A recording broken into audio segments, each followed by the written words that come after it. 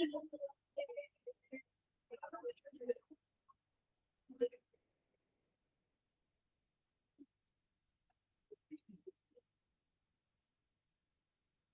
morning.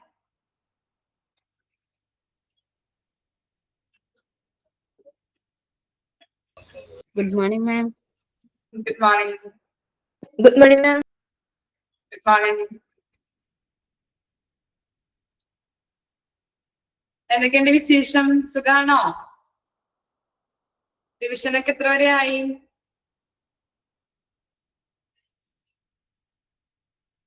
Start ചെയ്തില്ല division? Okay, നടന്നുകൊണ്ടിരിക്കുന്നുണ്ടല്ലേ? Okay, time കിട്ടുന്നത് അനുസരിച്ചിട്ട് നിങ്ങൾ സ്റ്റാർട്ട് ചെയ്യാം കേട്ടോ. എനിക്കറിയാം കുഞ്ഞുങ്ങൾക്കൊക്കെ ആകുമ്പോ എക്സാമും കാര്യങ്ങളൊക്കെ ആണല്ലേ ഈ ആഴ്ച തുടങ്ങി സ്റ്റാർട്ട് ചെയ്യും CBSE കാർക്കൊക്കെ. അപ്പൊ അതനുസരിച്ചിട്ട് അവരെയും പഠിപ്പിക്കുക, അതുപോലെ തന്നെ നിങ്ങളും ജസ്റ്റ് നോക്കാം കേട്ടോ ഓരോ കാര്യങ്ങളും. 3rd and 4th മൊഡ്യൂള്, ബാക്കി 1 and 2 നിങ്ങൾക്ക് അറിയാൻ പറ്റുമല്ലോ ചെറുതായിട്ടൊക്കെ അല്ലെ? ഓക്കെ, അപ്പൊ അതനുസരിച്ചിട്ട് നിങ്ങൾ സമയം കിട്ടുന്നതനുസരിച്ച് പഠിക്കാനായിട്ട് നോക്കാം. ലെങ്തി ചാപ്റ്റേഴ്സ് ആണല്ലോ അല്ലെ, നിങ്ങൾക്ക് അറിയാവുന്ന കാര്യങ്ങളാണ്. അപ്പൊ അത് ശ്രദ്ധിക്കുക കേട്ടോ. പിന്നെ ഇന്നിപ്പോ മിസ് എടുക്കുന്നത് ചെറിയൊരു പോർഷൻ എടുക്കാനുണ്ട് അല്ലെ. അതിനുശേഷം മിസ് എടുത്തിട്ട് ബാക്കി ഒരു ചെറിയൊരു പോർഷൻസ് എടുക്കാനുണ്ട്. അപ്പൊ അത് മിസ് പറഞ്ഞു കഴിഞ്ഞിട്ട് നമുക്ക് റിവിഷൻ സ്റ്റാർട്ട് ചെയ്യാം കേട്ടോ. ഓക്കെ,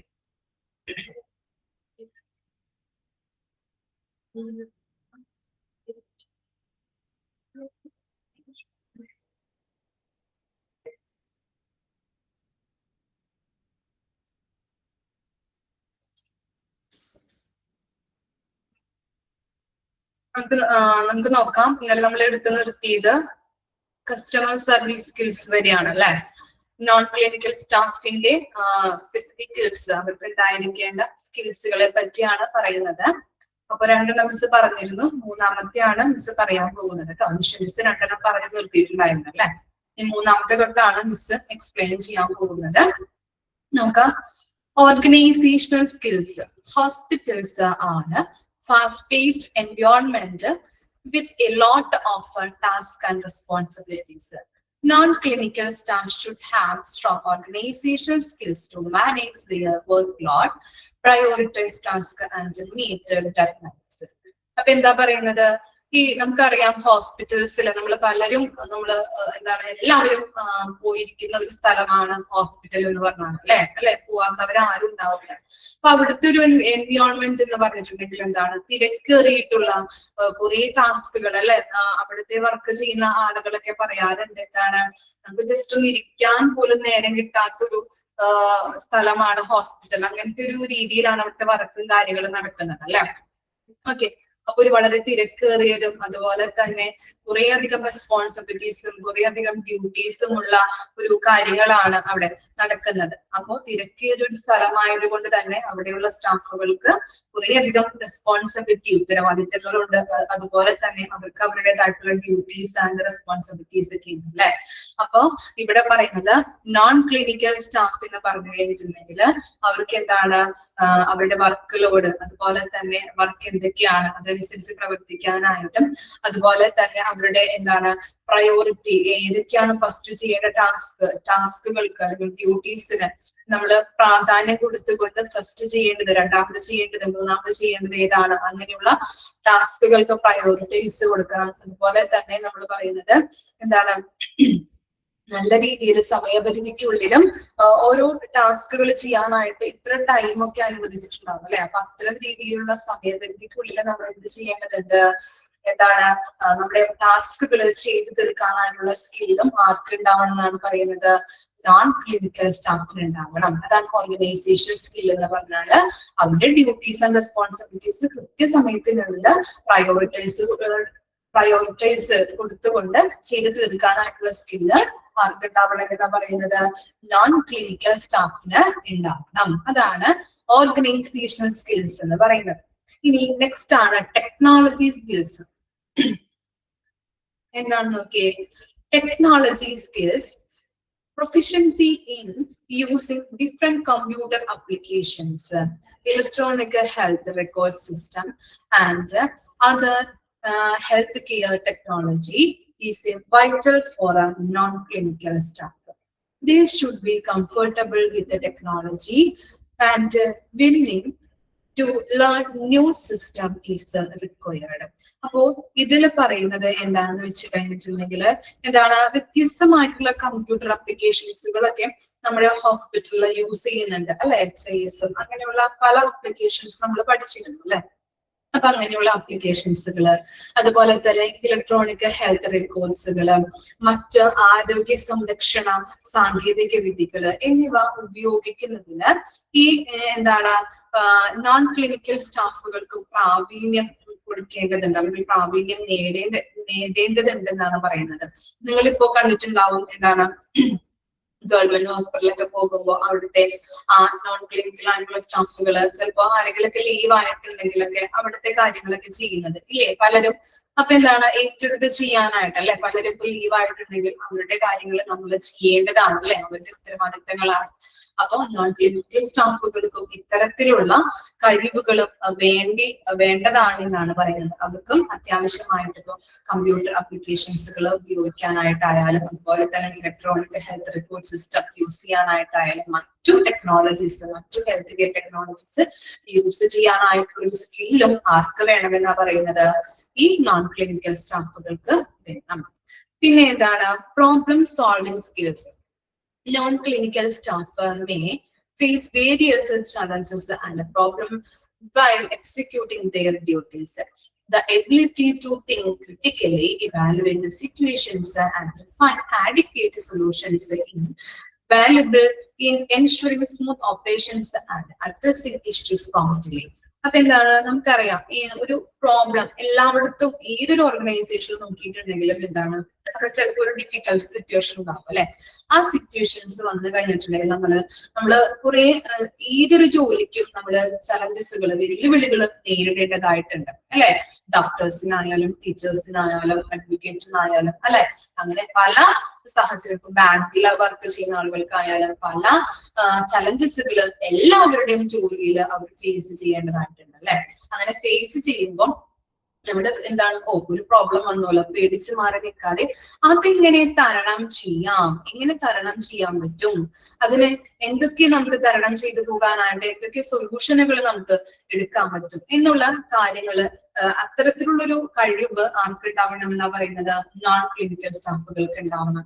ഏതൊരു സിറ്റുവേഷൻ വന്നിട്ടുണ്ടെങ്കിലും ചിലപ്പോ എന്താണ് നമുക്ക് സന്തോഷമായിരിക്കാം, അല്ലെങ്കിൽ ദുഃഖമായിരിക്കാം അല്ലെ, ഏതൊരു ചലഞ്ചസുകൾ ഫേസ് ചെയ്യേണ്ടതായിട്ട് വന്നാൽ നമ്മൾ പേടിച്ചു മാറി നിൽക്കാതെ ആ ചലഞ്ചസിനെ എങ്ങനെ ഫേസ് ചെയ്യാം എന്നുള്ള സ്കില്ലും ആർക്കുണ്ടാവണം, ഈ നോൺ ക്ലിനിക്കൽ സ്റ്റാഫുകൾക്ക് ഉണ്ടാവണം. അപ്പൊ അതാണ് പറയുന്നത്, ഏതൊരു പ്രോബ്ലം വന്നിട്ടുണ്ടെങ്കിലും അത് ക്രിട്ടിക്കൽ ആയിട്ട് ചിന്തിച്ചുകൊണ്ട് അത് ഇവാലുവേറ്റ് ചെയ്യാനായിട്ട് അതിനൊരു സൊല്യൂഷൻ ഫൈൻഡ് ഔട്ട് ചെയ്യാനായിട്ടുള്ള ഒരു സ്കില്ല്, പ്രോബ്ലം സോൾവിംഗ് സ്കില്ല് ആർക്കുണ്ടാവണം, നോൺ ക്ലിനിക്കൽ സ്റ്റാഫുകൾക്ക് ഉണ്ടാവും. ഒന്ന് വായിച്ചു നോക്കിയാൽ നമ്മൾ 3 കാര്യങ്ങളാണ് ഇവിടെ പറഞ്ഞത്. ഏതൊക്കെ സ്കില്ലുകളാണ്? Organisation skill, technology skill, problem solving skill. ഒന്ന് വായിച്ചു നോക്കാം കേട്ടോ.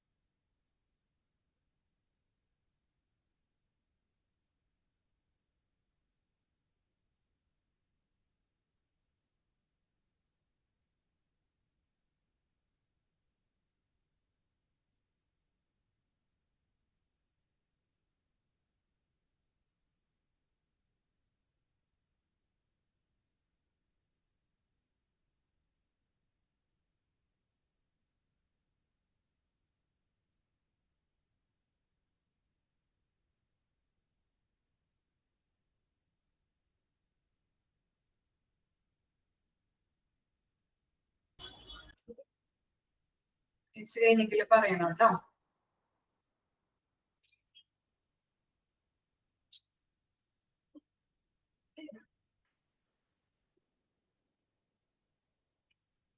ഓക്കെ, ഇനി നെക്സ്റ്റ് ആണ് ഇത് confidentiality and ethics. Non-clinical staff often have entry to sensitive patient information. It is necessary for them to understand and stick to confidentiality and ethical standards, keeping patient privacy and protecting confidential data. നിങ്ങൾക്കറിയാലോ confidential ആയിട്ട്, confidential എന്ന് പറഞ്ഞാൽ എന്താണ്? നമ്മളൊരു പേഷ്യൻസിന്റെ ഇപ്പോ പല ഇൻഫർമേഷൻസും പേഷ്യൻസിന്റെ ഒക്കെ നമ്മൾ കോൺഫിഡൻഷ്യൽ ആയിട്ട് നമ്മൾ വെക്കണം എന്ന് പറയാറുണ്ട് അല്ലെ. പല എന്താണ് ചാപ്റ്റേഴ്സിലൊക്കെ നമ്മൾ പഠിച്ചിട്ടുണ്ട് ഇല്ലേ? നഴ്സുമാരായാലും ഡോക്ടേഴ്സ് ആയാലും പേഷ്യൻസിന്റെ പല ഇൻഫർമേഷൻസും കോൺഫിഡൻഷ്യൽ ആയിട്ട് വെക്കണമെന്ന് നമ്മൾ പഠിച്ചിട്ടുണ്ട് അല്ലെ. ഓക്കെ, അതുപോലെ തന്നെയാണ് ഈ എന്താണ് ഇങ്ങനെയുള്ള സെൻസിറ്റീവ് ആയിട്ടുള്ള പേഷ്യൻസിന്റെ ഇൻഫർമേഷൻസ് ഈ നോൺ ക്ലിനിക്കൽ സ്റ്റാഫുകൾ എന്ത് ചെയ്യണം? കോൺഫിഡൻഷ്യൽ ആയിട്ട് വെക്കേണ്ടത്, സൂക്ഷിക്കേണ്ടത് ആവശ്യമാണ്.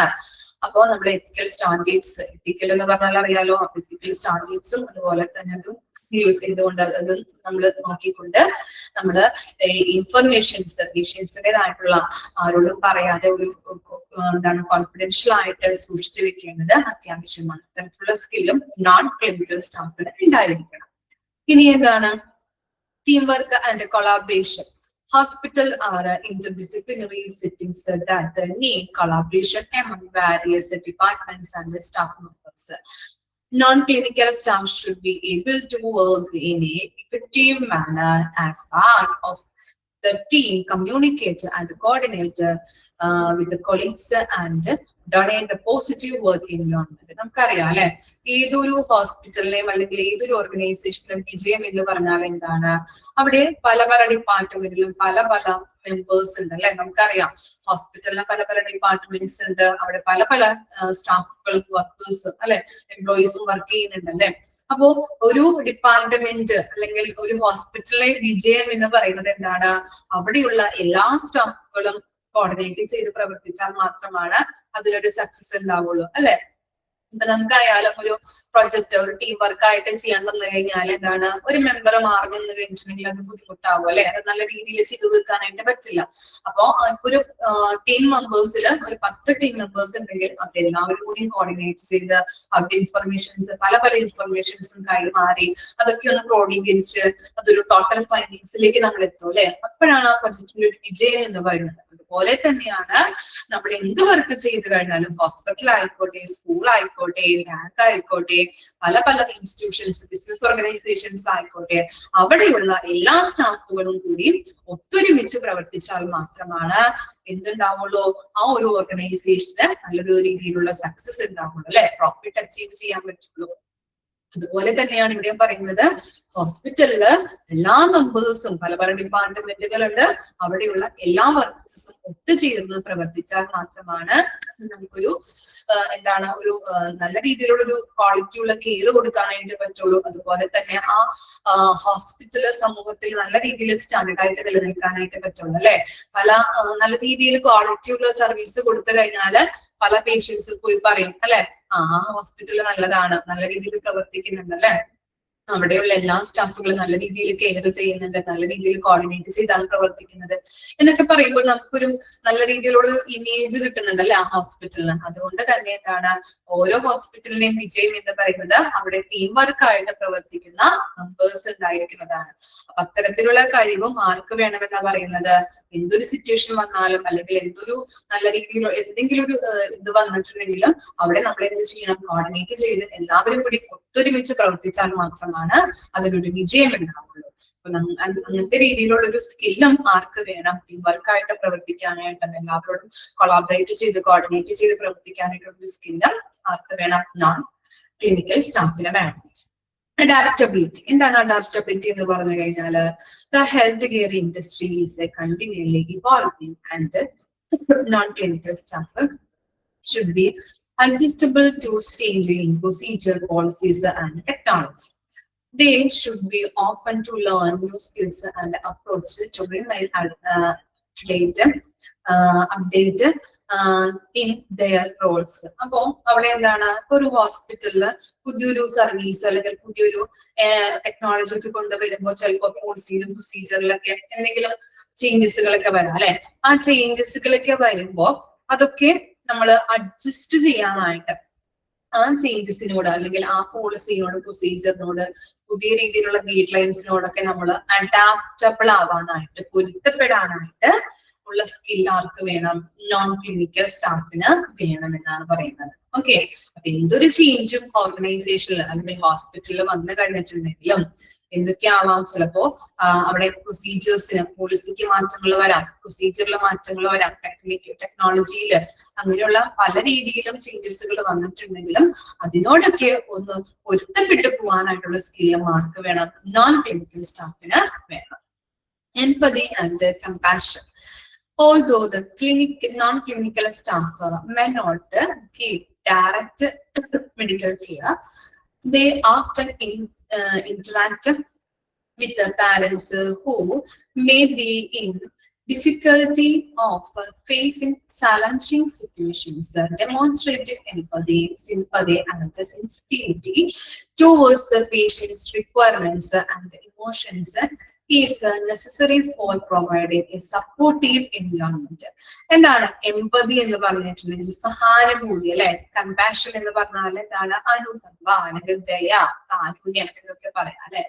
അപ്പൊ ഒരു ക്ലിനിക്കൽ ആയിട്ടുള്ള ഒരു ജീവനക്കാർക്ക് നേരിട്ട് വൈദ്യസഹായം നേടിയിട്ടുണ്ടെങ്കിലും അല്ലെങ്കിൽ എന്താണ് അവർക്ക് നമ്മൾ എന്താണ് ഈ ഒരു എന്തെങ്കിലും സാഹചര്യം വന്നു കഴിഞ്ഞിട്ടുണ്ടെങ്കിൽ അല്ലെങ്കിൽ എന്തെങ്കിലും ഈ പേഷ്യൻസിന് നമ്മൾ കൊടുക്കുമ്പോൾ അതൊരു വെല്ലുവിളി നിറഞ്ഞ ഒരു സാഹചര്യങ്ങളാണ്. നേരിട്ടപ്പോ രോഗികളുമായിട്ട് പലപ്പോഴും അല്ലെ പല രോഗികളും പല സ്വഭാവമുള്ള രോഗികളായിരിക്കാം അല്ലെ. നമ്മൾ പഠിച്ചിരുന്നു പേഷ്യന്റ് സാറ്റിസ്ഫാക്ഷനിൽ എന്താണ് മൂഡ് ഓഫ് ആയിട്ടുള്ളതും അതുപോലെ തന്നെ എന്താ ഈ ആംഗ്രി ആയിട്ടുള്ള പേഷ്യൻസ് വരാം അല്ലെ. പല രീതിയിലുള്ള പേഷ്യൻസ് അല്ലെ. നമ്മൾ ഹോസ്പിറ്റലിൽ നമ്മൾ ഇടപഴകുമ്പോൾ പല രീതിയിലുള്ള പേഷ്യൻസുമായിട്ട് നമുക്ക് അവരുടെ രീതിയിൽ നമുക്ക് പൊരുത്തപ്പെട്ട് പോകാനായിട്ടായാലും നല്ല രീതിയിൽ കെയർ കൊടുക്കുമ്പോഴായാലും നമുക്ക് ശരിക്കും പറഞ്ഞാൽ ഒരു വെല്ലുവിളി തന്നെയാണ് അല്ലെ. അവർക്ക് എങ്ങനെയാണ് കെയർ അവരുമായിട്ട് നമ്മൾ പൊരുത്തപ്പെട്ട് പോകുക എന്ന് പറഞ്ഞിട്ടുണ്ടെങ്കിൽ വളരെ ഒരു വെല്ലുവിളി നിറഞ്ഞൊരു കാര്യമാണ് അല്ലെ. അപ്പം എന്താണ് പലപ്പോഴും രോഗികൾക്ക് നമ്മള് അവരുടെ ചിലപ്പോ നിങ്ങൾ കണ്ടിട്ടുണ്ടാവുമ്പോ ഹോസ്പിറ്റലൊക്കെ ആണെങ്കിൽ ഇങ്ങനെ നോൺ ക്ലിനിക്കൽ സ്റ്റാഫുകളായാലും ഇപ്പൊ വാർഡിലൊക്കെ ചേച്ചിമാരിങ്ങനെ വരുമ്പോ എന്താണ് ഹൗസ് കീപ്പിംഗ് സ്റ്റാഫുകൾ അങ്ങനെയുള്ള സ്റ്റാഫുകളൊക്കെ വന്നു കഴിഞ്ഞിട്ടുണ്ടെങ്കിൽ രോഗികളോടൊക്കെ ഈ വിശേഷങ്ങളൊക്കെ ചോദിക്കുന്നത്, വീട്ടുവിശേഷങ്ങൾ ചോദിക്കുക അല്ലെ. അസുഖത്തിന്റെ കാര്യങ്ങള് മരുന്നിന്റെ കാര്യങ്ങളൊക്കെ അവർ ചോദിക്കാറുണ്ട്, കണ്ടിട്ടില്ലേ നിങ്ങള്? അപ്പൊ എന്താണ് അപ്പൊ അങ്ങനെ നല്ല രീതിയിൽ എന്താ പല സ്വഭാവമുള്ള പേഷ്യൻസ് ഉണ്ടാവും അല്ലെ. ആൻഗ്രി പേഷ്യൻസ് ഉണ്ടാവാം, അതുപോലെ തന്നെ മൂഡ് ഓഫ് പേഷ്യൻസ് ഉണ്ടാവാം, അങ്ങനെയുള്ള പല രീതിയിൽ അല്ലെ. നോർമൽ ആയിട്ടുള്ള നല്ല രീതിയിൽ പെരുമാറുന്ന പേഷ്യൻസ് ഉണ്ടാവാം അല്ലെ.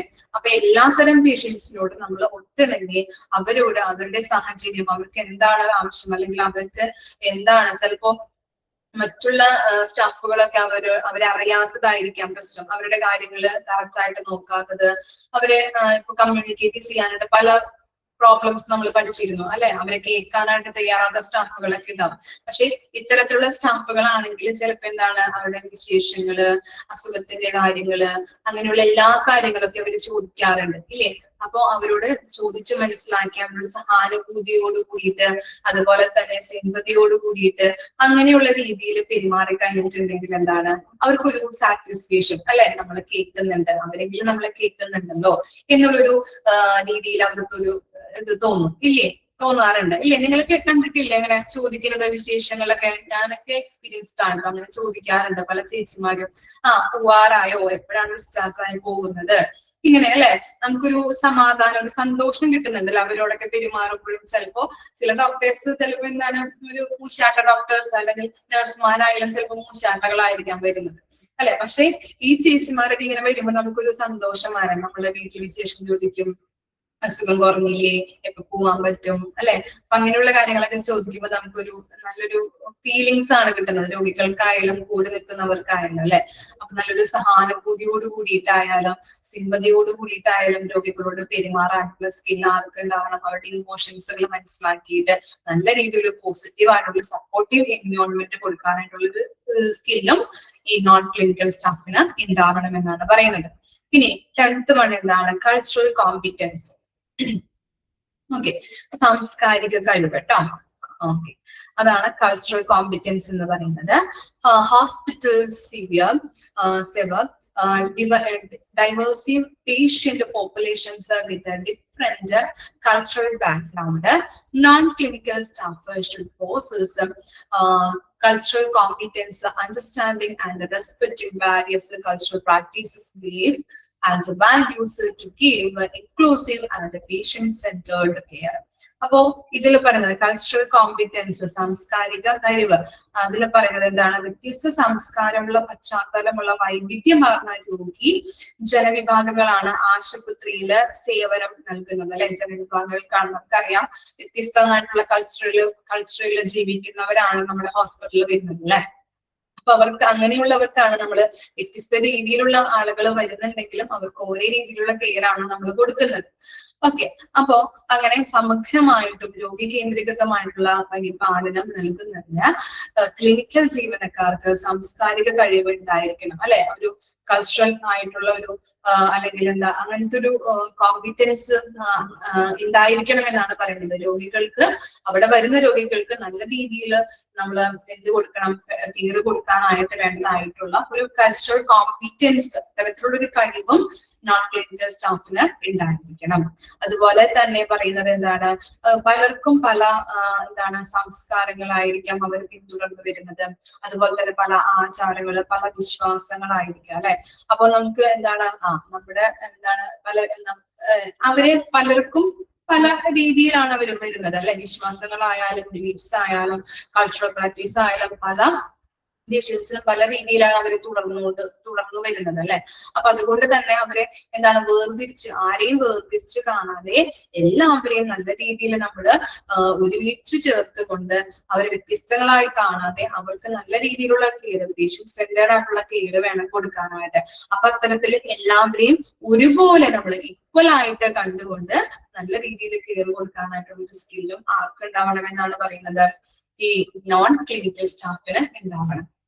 ഓക്കെ, അതാണ് കൾച്ചറൽ കോമ്പിറ്റൻസ്. എല്ലാ പേഷ്യൻസിനും അല്ലെങ്കിൽ പേഷ്യൻസിന്, അവിടെ വരുന്ന പേഷ്യൻസിന് ഡിഫറെന്റ് ബിലീഫ്സ് ആയിരിക്കാം, ഡിഫറെന്റ് വാല്യൂസ് ആയിരിക്കാം, കൾച്ചറൽ അല്ലെ സംസ്കാരത്തിൽ ഡിഫറെന്റ് ആയിട്ടുള്ള രീതിയിലാണ് അവര് പല വിശ്വാസങ്ങളിലൂടെയുള്ളവരാണ്. അതുകൊണ്ട് തന്നെ പലരെയും നമ്മൾ വേർതിരിച്ച് കാണാതെ എല്ലാവരെയും നമ്മൾ ഒരുപോലെ ഒരു കുടുക്കയിൽ നിന്നുകൊണ്ട് എല്ലാവരെയും ഒരുമിച്ച് ചേർത്തിട്ട് വേണം നമ്മൾ എന്ത് ചെയ്യാനായിട്ട്? ഈ പേഷ്യന്റ് സെൻട്രിക് ആയിട്ടുള്ള ഒരു നല്ല രീതിയിലുള്ള ഒരു രോഗി കേന്ദ്രീകൃത കെയർ അവർക്ക് കൊടുക്കാനായിട്ട്.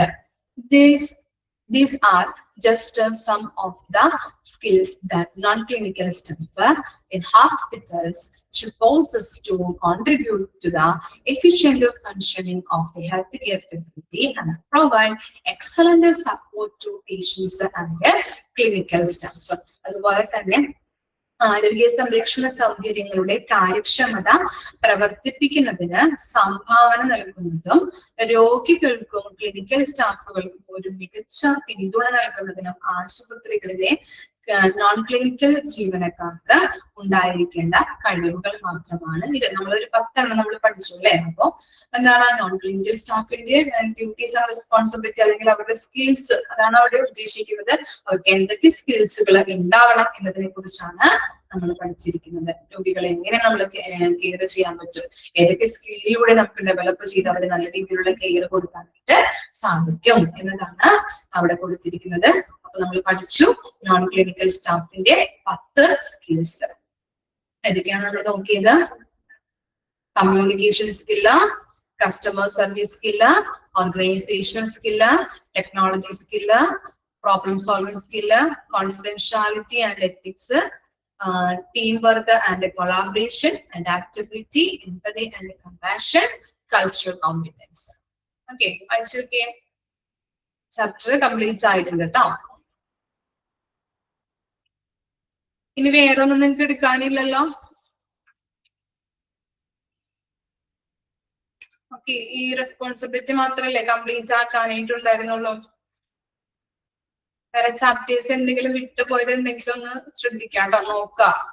ടീച്ചേഴ്സ് ഒക്കെ പല പല ക്ലാസ്സിൽ കയറി ഇറങ്ങുന്നത് കൊണ്ട് ചിലപ്പോ അവരെയും പറഞ്ഞിട്ട് കാര്യമില്ല, ചിലപ്പോ വിട്ടുപോവാം. അതുകൊണ്ടാണ് ഇങ്ങനെ ചോദിക്കുന്നത്.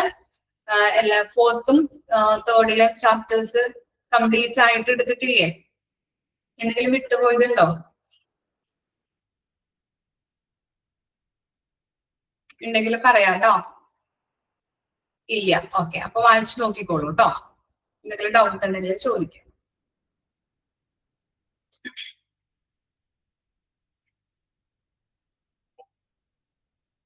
വെച്ച് കഴിഞ്ഞാൽ പറയാം, നമുക്ക് റിവിഷൻ സ്റ്റാർട്ട് ചെയ്യാം.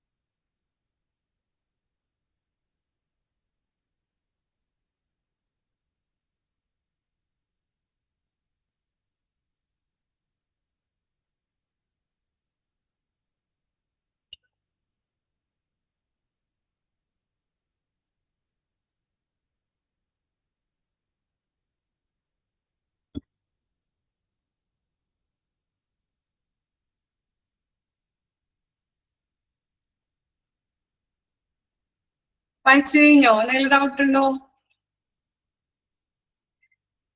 ക്ലിയർ അല്ലേ? ഓക്കെ.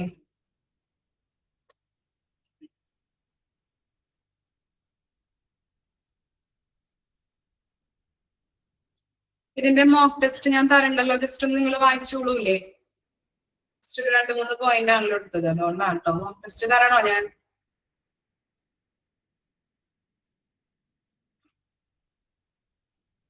രണ്ടല്ലോ നിങ്ങൾ വായിച്ചോളോ? ജസ്റ്റ് ഒന്ന് മനസ്സിലാക്കിയാൽ മതി നോൺ ക്ലിനിക്കൽ സ്റ്റാഫിന്റെ ഓക്കെ സ്കിൽ എന്തൊക്കെയാണെന്നുള്ളത്. ഞാൻ മോക്ക് ടെസ്റ്റ് തരുന്നില്ല, ജസ്റ്റ് ഒരു കുറച്ച് എടുത്തിട്ടുള്ള കാരണമാണ്. ഓക്കെ. അപ്പോ നമ്മള് ഇനി ഓഡിറ്റ് അല്ലേ നമ്മള് റിവിഷൻ ചെയ്യാനുള്ളത് പറഞ്ഞിട്ടില്ലേ മിസ്? ഓക്കെ, ഒരു 5 മിനിറ്റ് ഒന്ന് വായിച്ചോളൂ കേട്ടോ. ഞാൻ ബുക്ക് എടുത്തിട്ട് വരട്ടെ, ക്വസ്റ്റ്യൻസിന്റെ ബുക്ക് എടുത്തിട്ട് വരട്ടെ കേട്ടോ. ഒന്ന് വായിക്കാം, എന്നിട്ട് നമുക്ക് സ്റ്റാർട്ട് ചെയ്യാം കേട്ടോ.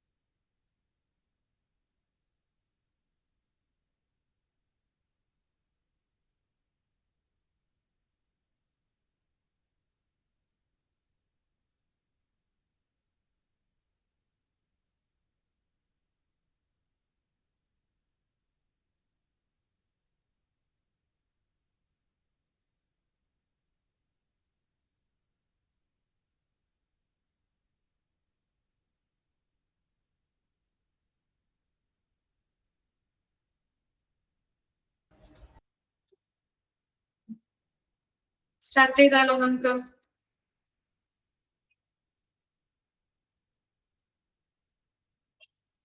Okay. How is audit defined in the provided test? How is audit defined in the provided test?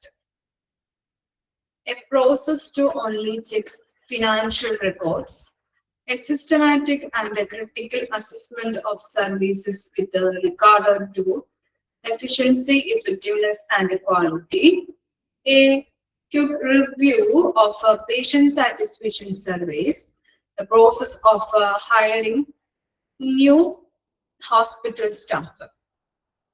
ഇതവര option B ആണ് answer. Okay.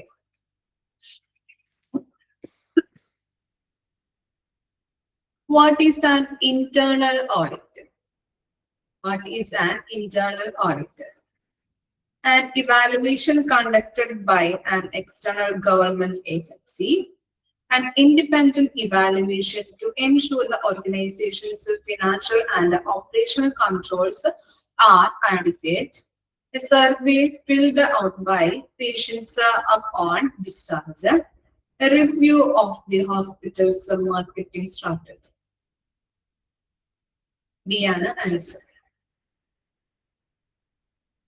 How is medical audit defined? How is medical audit defined?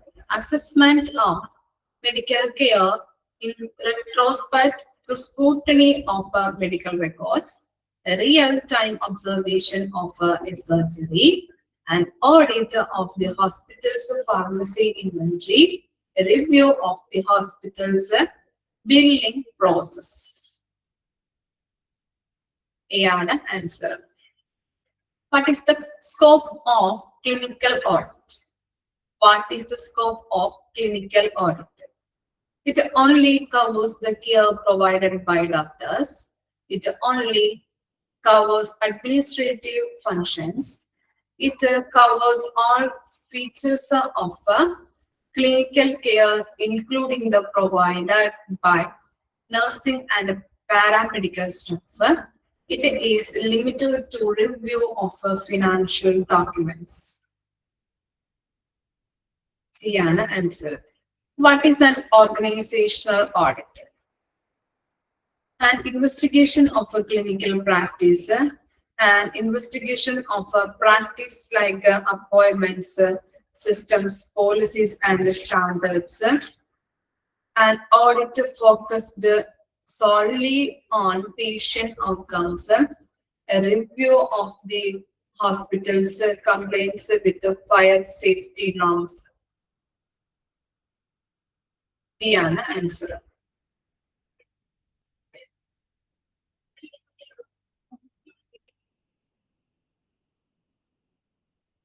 Okay. Next, which of the following is a method used in an audit? Method used in an audit. Guesswork, direct observation, rumors, assumptions. എന്താ പറയാ method? ഗസ്വർക്ക് ആണോ? ഏതാണ്? B ആണ്, direct observation ആണ് കേട്ടോ. ഇനി next നോക്കാം. A concurrent audit assess care dash after it has been completed, before it is provided, at the time it is taking place annually. C ആണ് answer. A retrospective audit assesses the care dash through real-time monitoring by interviewing future patients after it has been completed through records during the planning stage of a treatment. C an answer. One purpose of a clinical audit is to dash. Purpose of clinical audit is purpose option ensure staff are not utilized effectively. Ensure staff are not utilized effectively. evaluate the effectiveness and efficiency of health programs, avoid mobilizing resources for change, ignore past performance. Be an answer. Okay. Who is typically the chairman of the medical audit committee? Who is typically the chairman of the medical audit committee? A junior nurse, a hospital administrator, a patient representative, head of the pharmacy. Administrator on okay. How often should the medical audit committee meet? How often should the medical audit committee meet? Once a year, twice a year, once a month on a fixed day, only when this is a major incident. See an answer. Okay. Which of the following is the first stage of clinical audit? Which of the following is the first stage of clinical audit?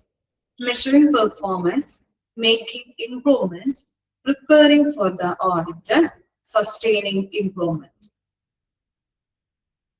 See an answer.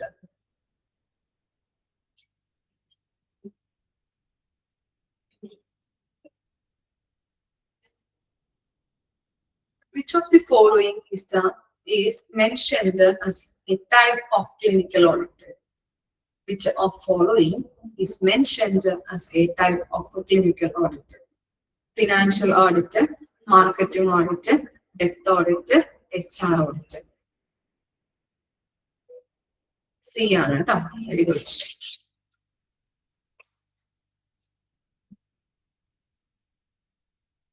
One advantage of a clinical audit is that it is a dash. Educational activity, resource ineffective activity, activity that discourage change, none of the above. Answer, educational activity. Okay, a clinical audit is peer-led and promotes dash. Is understanding, secrecy, peer understanding, individual work.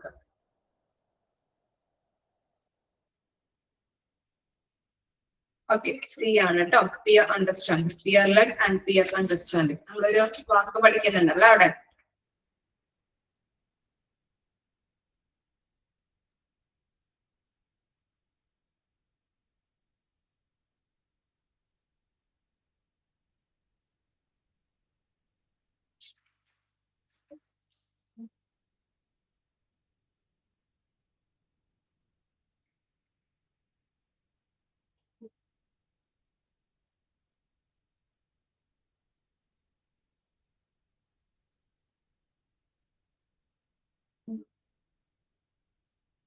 The defining the purpose stage is a part of which stage of the audit cycle?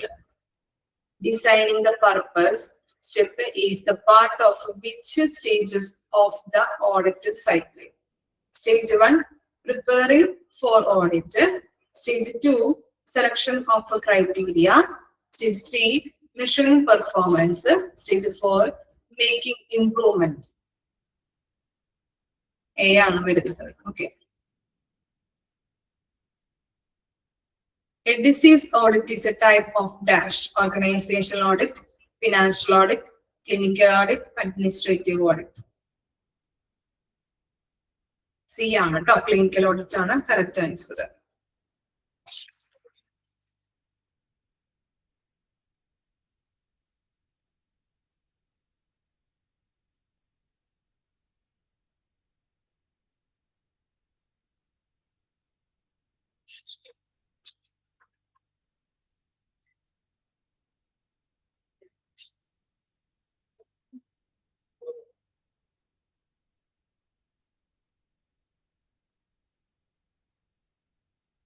An audit inspires dash among staff.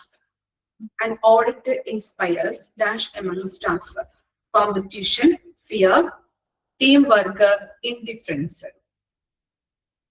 An audit inspires dash among staff. Competition, fear, teamwork, indifference.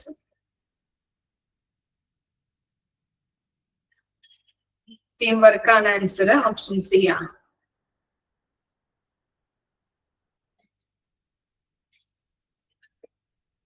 One of the purpose of a clinical audit is to recommend.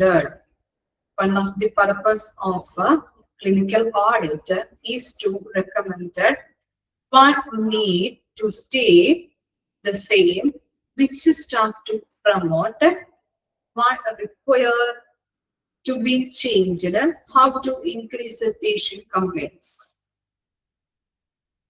What needs to stay the same, which staff to promote, what requires to be changed, how to increase the patient complaints.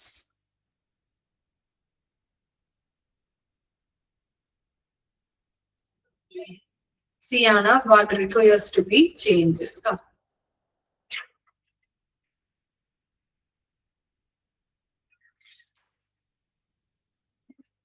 Who are the member of the medical audit committee besides the chairman and the member secretary?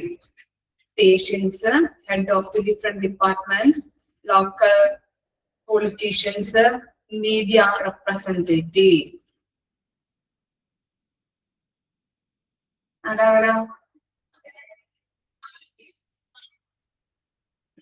B ആണ് answer.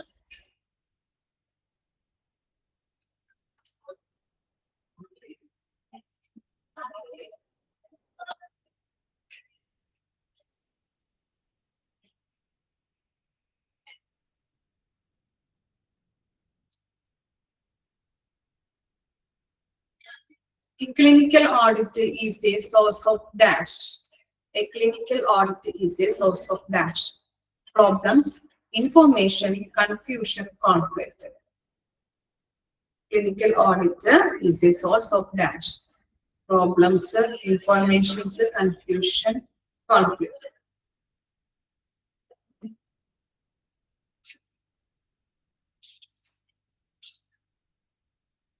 Clinical audit is a source of dash. എന്തിന്റെയാണ്? പ്രോബ്ലത്തിന്റെ ആണോ, information ആണോ, confusion ആണോ, conflict ആണോ വരാ?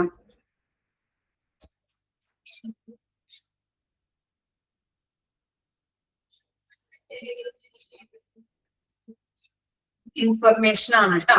Information.